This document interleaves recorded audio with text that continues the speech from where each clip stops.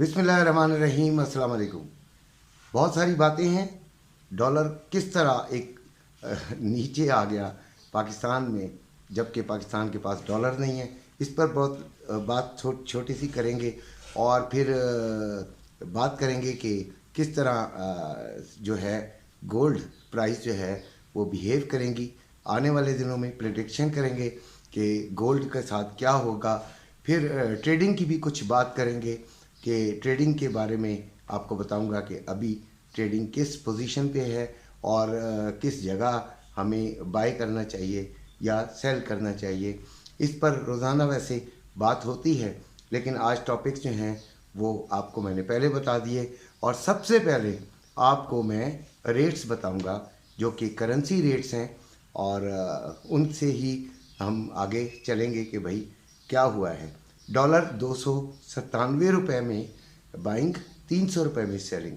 14 रुपये इसमें कमी हुई है।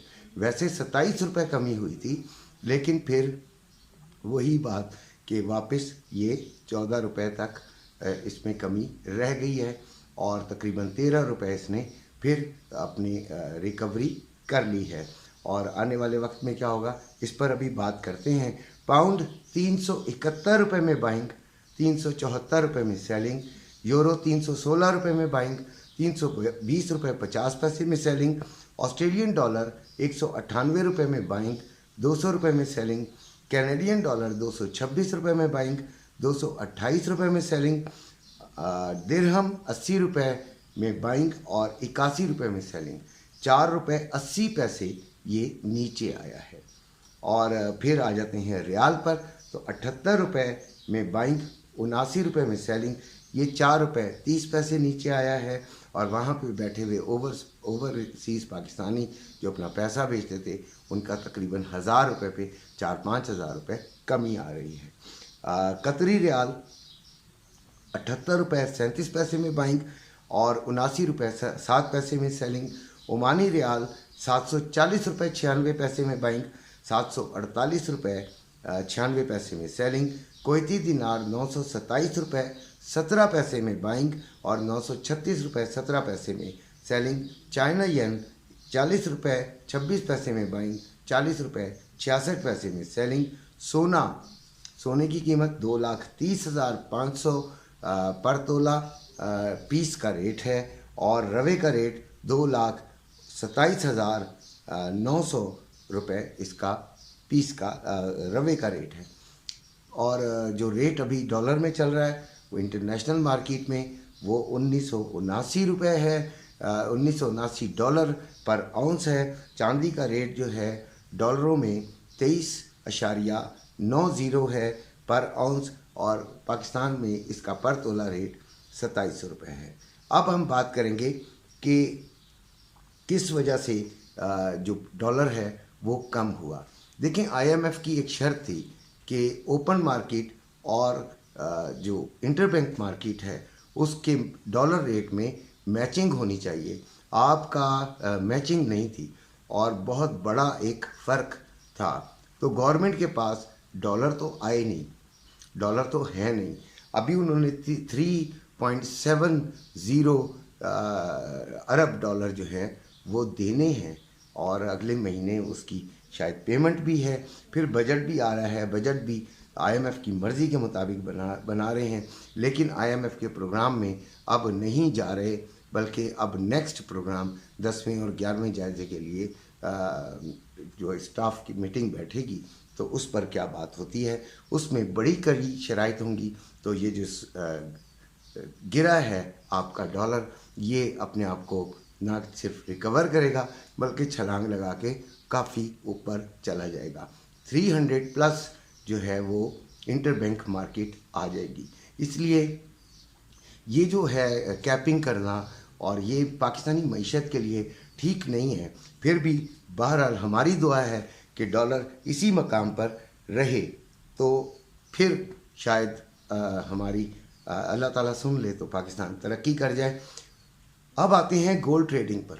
गोल्ड ट्रेडिंग कल मैंने आपको बताया था कि 1974 पर सेलिंग ले ली जाए, तो जिन्होंने ली उन्होंने अपना कुछ 70-100 का पिप्स का फ़ायदा भी उठा लिया और फिर मार्केट जो है वो ऊपर चली गई और 80s में चली गई।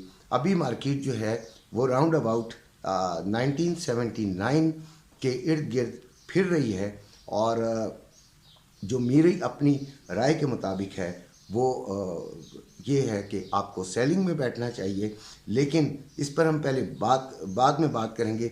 मार्केट में अभी एक चीखो पुकार चल रही है कि 2002 तक इसके जाने का इम्कान है। एनएफपी नंबर भी आज आने हैं, रिलीज़ होने हैं और इसका असर भी गोल्ड मार्केट पर पड़ेगा।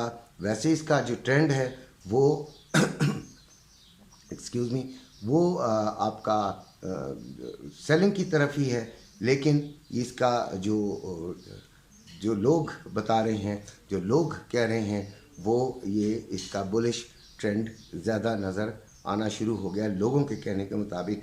लेकिन मैं इस बात को समझता हूँ कि अभी हमें सिर्फ और सिर्फ सेलिंग की तरफ देखना चाहिए। इस नंबर पे 1979 1980s में इसको सेलिंग ले ली जाए तो वो बेहतर होगी और फिर मार्केट को वॉच ज़रूर किया जाए और सेव लॉस, यानी कि किसी ने पूछा था एसएल क्या होता है, तो सेव लॉस होता है, तो एसएल लगा कर ट्रेड किया जाए, ये आपके लिए बड़ा सेफ होगा। इसके अलावा देखें, डायरी एक बना लीजिए कि आप देखें कि अगर आप कोई ट्रेड करते हैं और उसमें कोई नुकसान उठाते हैं तो उसकी वजूहात, अपनी वजूहात खुद लिखिए। मेरा काम होता है आपको एक रोड मैप दे देना, एक गाइडलाइन दे देना, और मैं समझता हूँ कि जो वो सारा दिन के लिए होती है। मैं कोई हर घंटे के बाद वीडियो ना बना सकता हूँ और ना ही ये हो सकता है। तो आपको सिर्फ एक सुबह के टाइम मैं एक रोड मैप दे देता हूँ आज के दिन का, आपने उस पर चलना होता है। अगर तो उसके हिसाब से, मार्केट के हिसाब से चलना होता है। मेरे हिसाब से तो आपने एक गाइडलाइन ले ली और उसके हिसाब से आपने अपना एक प्रोग्राम बना लिया और उस हिसाब से आपने देखते रहे मार्केट को, और मार्केट को ऊपर नीचे जिस तरह भी होती है उसमें आपने डिसीजन जो है वो प्योरली आपका अपना होता है और आपने ही लेना होता है, आपने ही हिम्मत करनी होती है। और भी आप यकीनन एनालिसिस देखते होंगे तो उनके ऊपर भी आप चल सकते हैं, लेकिन मेरा जो अपना ज़ाती ख्याल है वो ये है, अपने लिए भी अगर मैं सोचूं तो यही सोचूंगा कि हमें सेलिंग में बैठना चाहिए और आपको अपना एक रोड मैप बना लेना चाहिए। अब आती है बात कि गोल्ड आगे क्या होगा। पाकिस्तान में जो लोग फिज़िकल गोल्ड ख़रीद कर बैठे हुए हैं वो परेशान बिल्कुल भी ना हो, और क्योंकि गोल्ड की अभी भी प्राइस जो है वो 2,30,000 रुपये है और इतना ये नहीं गिरा जितना, मतलब 4-5 हज़ार अगर देखें इसकी परसेंटेज निकालें तो कुछ भी नहीं है। बहरहाल जिन्होंने महंगा लिया हुआ है वो थोड़े से ज़रूर परेशान हुए होंगे, तो उनको परेशान होने की ज़रूरत नहीं है। 2,50,000 55,000 तक इसके जाने की आवाज़ है और लोग ये समझ रहे हैं कि ये जो कुछ भी कल पाकिस्तान में हुआ ऐसा दुनिया में होता नहीं है। तो आगे आने वाले वक्तों में, जून में जो बजट आएगा उसके बाद सोना फिर शूट कर जाएगा। आप लोगों की फ़िक्र जो है वो मैंने ख़त्म कर दी। इसी के साथ इजाज़त चाहता हूँ। अपने घर वालों का ख्याल रखिएगा। अल्लाह।